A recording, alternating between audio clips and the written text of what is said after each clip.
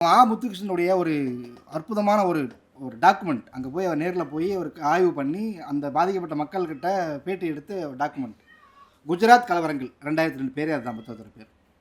பாதிக்கப்பட்ட ஒவ்வொரு நபர்கள்ட்டையும் போய் பேட்டி எடுக்கிறாரு. அப்போ அதில் சில பேட்டிகளில் சொல்கிறாங்க, இந்த 2002க்கு இந்த இந்த விஷயத்துக்கு அவங்க ப்ரிப்பேர் ஆனது வந்து லாங் ப்ராசஸ்.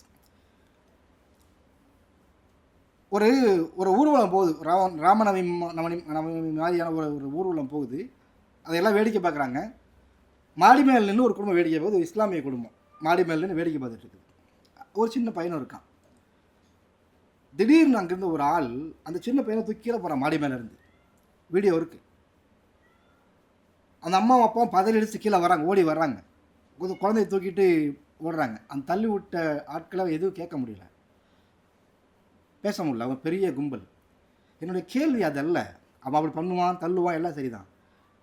ஆனால் தள்ளும் போதும் அந்த குழந்தை கீழே விழுந்து சுய நினைவு இல்லாமல் தலை உடஞ்சி கிடந்து அவங்க தூக்கிட்டு ஓடும் போதும் சுற்றி நின்று வேடிக்கை பார்த்தாங்க பாருங்கள். ஒரு ஒரு ஒரு ஒரு சமூகம், உண்மையான பயமாக இருக்கிற சமூகமே அதுதான். அதை பார்த்து தான் பயமாக இருக்குது.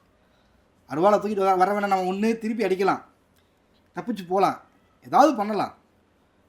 பக்கத்துலேயே இருக்கவங்கள எந்த நம்பிக்கையில் ஒரு சமூகம் எதிர்கொள்வது என்கிற அந்த அச்ச உணர்வு இருக்குது இல்லையா, இதுதான் இன்றைக்கி இஸ்லாமிய சமூகம் எதிர்கொள்ளக்கூடிய மிகப்பெரிய ஒரு வழியாக இன்றைக்கி இருக்குது. என்னுடைய படைப்புகளில் வந்து இது போன்ற வழி உணர்வுகளை வந்து தொடர்ச்சியாக நான் பேசிகிட்டே வந்திருக்கேன்.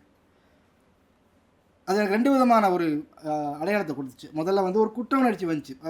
தோழர் சொன்ன மாதிரி வந்து நிறையா வாசிக்கிறவங்கெல்லாம் அழுகிறாங்க. ஒரு படைப்பின் வேலை வந்து இலக்கியத்தின் வேலை வந்து மனதை பண்படுத்த தானே வேணும். அழுகிறாங்க. தொடர்ச்சியாக அந்த மாதிரி வீடியோஸ் பார்க்குறோம். அழுதுகிட்டே ஃபோன் பண்ணுறாங்க. ஒரு நாள் ஒரு அம்மா ஃபோன் பண்ணுறாங்க, தம்பி ஹீராங்களா அப்படிங்கிறாங்க. ஆமாங்கம்மா சொல்லுங்கம்மா அப்படிங்கிறாங்க. இந்த கதையில் வர யாசர் மாதிரி தான்ப்பா, என் பையனை வந்து போலீஸ் கூப்பிட்டு போனாங்க, சாயந்தரம் விட்டுருவேன்னு சொல்லி கூப்பிட்டு போனாங்கப்பா அப்படின்ட்டு அழுகிறாங்க. நான் குறுக்கீடு பண்ணவே இல்லை, வெயிட் பண்ணேன். அவங்க 5 நிமிஷம் அழுதாங்க. கண்டினியூஸ் அழுதுகிட்டே இருந்தாங்க. ஒரு 2-3 நிமிஷமாக இருக்கும். அழுது முடிச்சுட்டு சரி வச்சுறேன்ப்பான்னு வச்சுட்டாங்க.